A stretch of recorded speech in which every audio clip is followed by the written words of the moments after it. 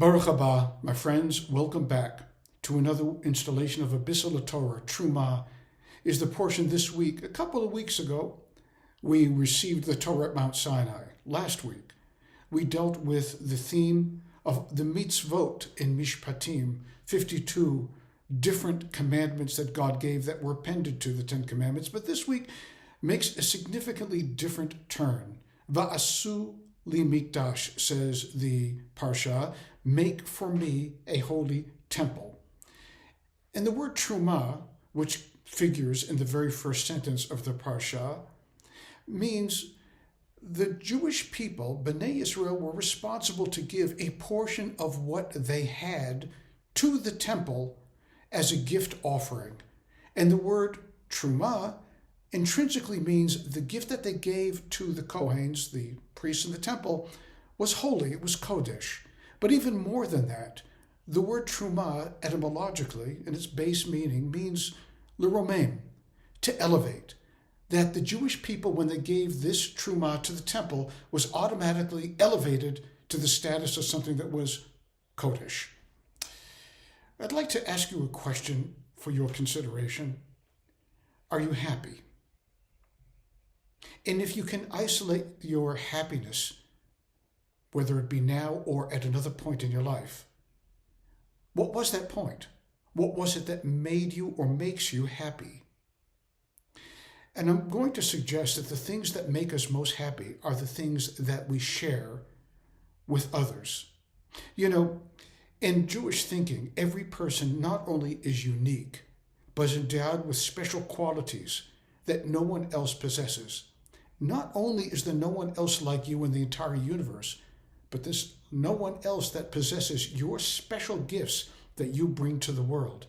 And when you take those special gifts and present them to the world, well, the world becomes more whole, but something else happens as a kind of spring back action as a result of our giving of that gift.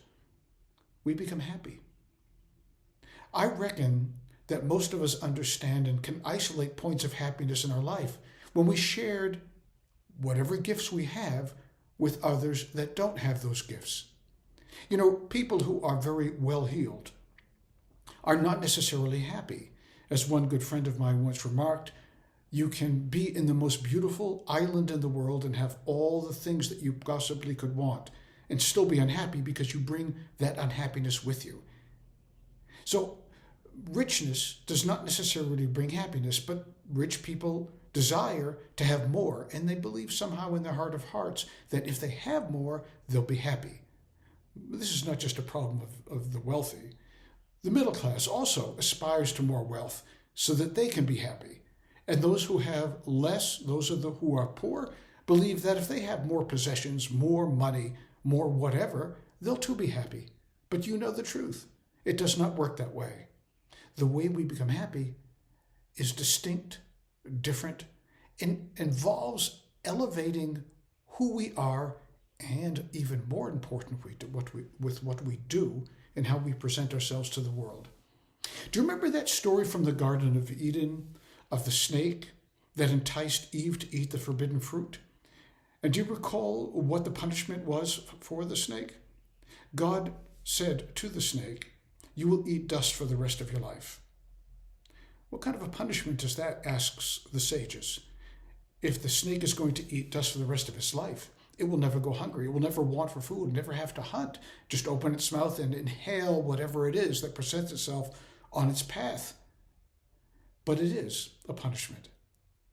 Because when everything is the same, when nothing changes, when we don't have an ability to be able to reform our character and do things that we've never attempted before, that's a very sad place to be. Joy comes with differentiation of self and other. When we look at the world with new eyes and we present who we are in our soul to the world, when we present to the world those special gifts that we have, whether it be money, whether it be our gifts of voice, our acumen, whatever it might be, when we present what we have to the world as a gift, altruistically, not expecting anything in return, something transformative happens inside of us. magically, as it were, we become happy. Today is Rosh Chodesh Adar. It's the new month of Adar. And with this new month, our sages tell us that we are supposed to be happy. How are we supposed to attain that? How does a person become happy? The key is in the Torah. The key is in Trumah. That we become happiest when we learn how to differentiate the things in life, separate that which is impure from pure, and present the gifts that we have for the betterment of the world. Because if we withhold our gifts from the world will be more impoverished as a result. When we present them to the world, God will smile and say, well done. You've done what you're supposed to and why I created you.